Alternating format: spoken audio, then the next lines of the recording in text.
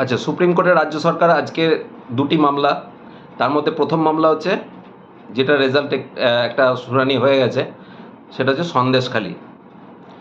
সন্দেশখালিতে সমস্ত মামলার সিবিআই তদন্ত করবে।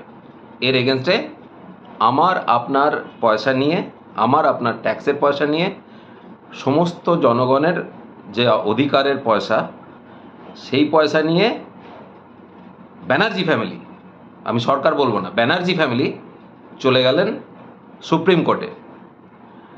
ফিস দিলেন কাকে? ওই বাড়িতে বাঁধা কুত্তাটা যে আছে, উনি সিংভি মিংভি, উনি নিয়ে চলে গেলেন যে না হুজুর, এ সিবিআইকে দিতে হবে না, আমাদের পুলিশকে দিতে হবে। আমরা আমরা তাহলে মোটামুটি সেট করে নেব। তো এখন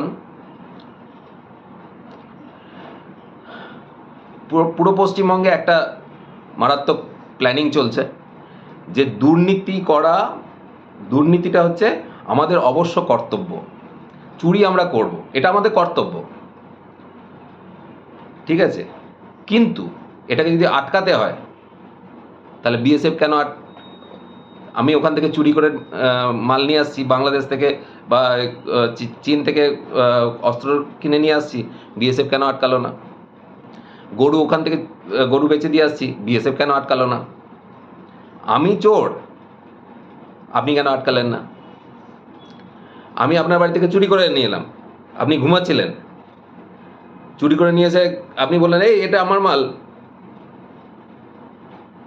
যখন নিয়ে আসলাম তখন আটকালেন না কেন? দোষটা হচ্ছে আপনার।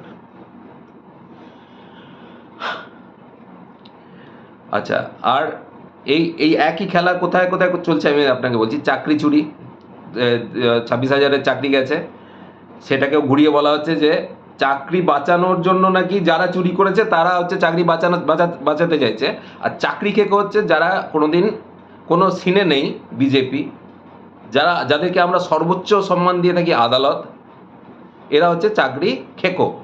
আর 8 লাখ 10 লাখ 20 লাখ টাকা দিয়ে যারা চাকরি মাঠে ঘাটে বেঁচে এসছে, তারা হচ্ছে চাকরি দিচ্ছে।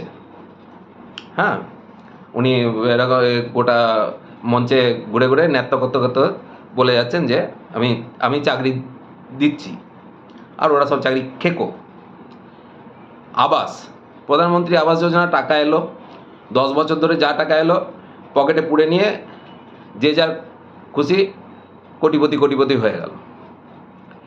দিয়ে এখন হচ্ছে আমার আপনার ট্যাক্সের টাকা থেকে তাদেরকে টাকা দিয়ে, যারা টাকা দেওয়া হবে তাও ডিসেম্বর মাসে, ভোট দিন, এখন ডিসেম্বর মাসে টাকা দেওয়া হবে আমার আপনার ট্যাক্সের টাকা দিয়ে ভোট দিন আমাকে।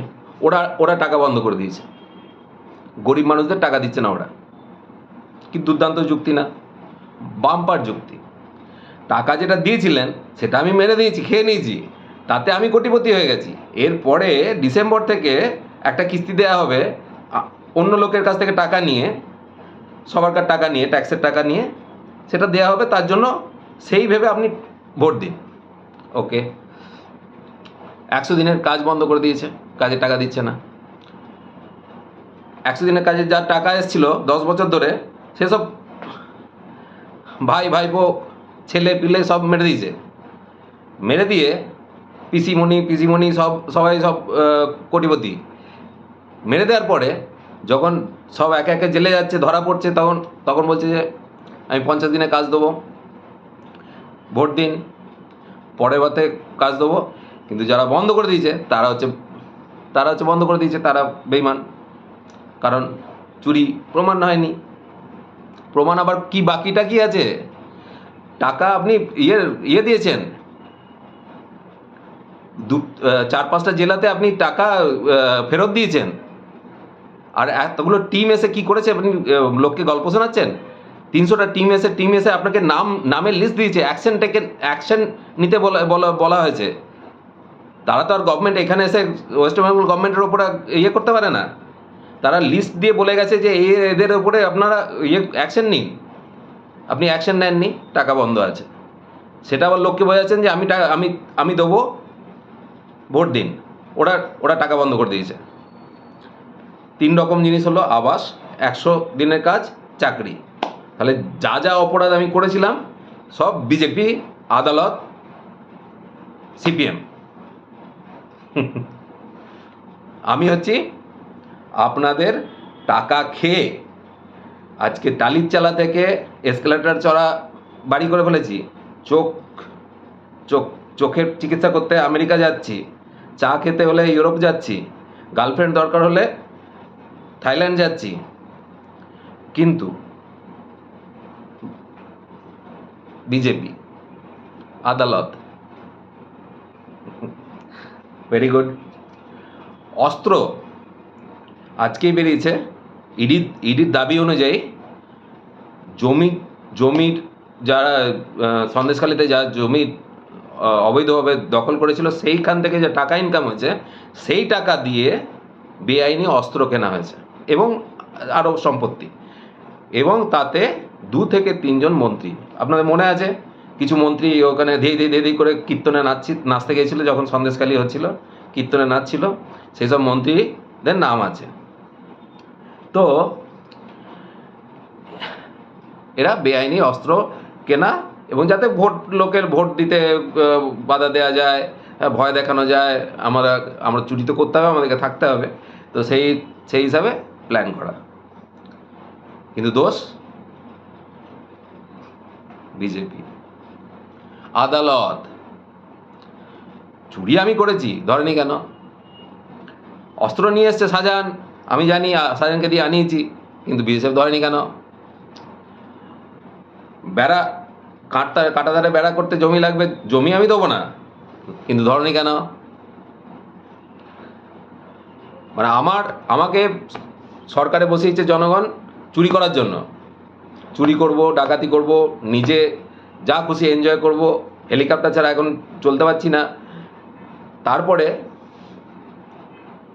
কে করেছে? আদালত, বিজেপি, গদ্দার, শুভেন্দু গদ্দার। আপনার থেকে বড় গদ্দার কেউ আছে? মানুষে যখন ভোট দিয়েছিল আপনাকে 2011 সালে কী ভেবে ভোট দিয়েছিল জানেন? আপনি মহিলা, আপনি একটু মায়া মমতা থাকবে, আপনি সাধারণ মানুষের প্রতি একটু দেখবেন, একটা গণতান্ত্রিক পরিবেশ থাকবে, লোকে একে অপরের সঙ্গে সম্পর্ক, গ্রামে গঞ্জে যে সম্পর্ক চলে যাচ্ছিল সম্পর্কটা ঠিক থাকবে, সব জিনিসের রাজনীতি আসবে না, আমরা ফ্রিভাবে বাঁচতে পারবো গ্রামে গঞ্জে। কোথায় নিয়ে গেছেন? আপনার দলের লোকই দলের লোককে খুন করে যাচ্ছে। বিরোধীরা তো ছেড়ে দিন, মুখ বন্ধ করে বসে আছে, আপনারাই নিজেরা মারপিট করে মরছেন। যাই হোক, এই হলো 2টো কেস আজকের আপডেট সুপ্রিম কোর্ট থেকে।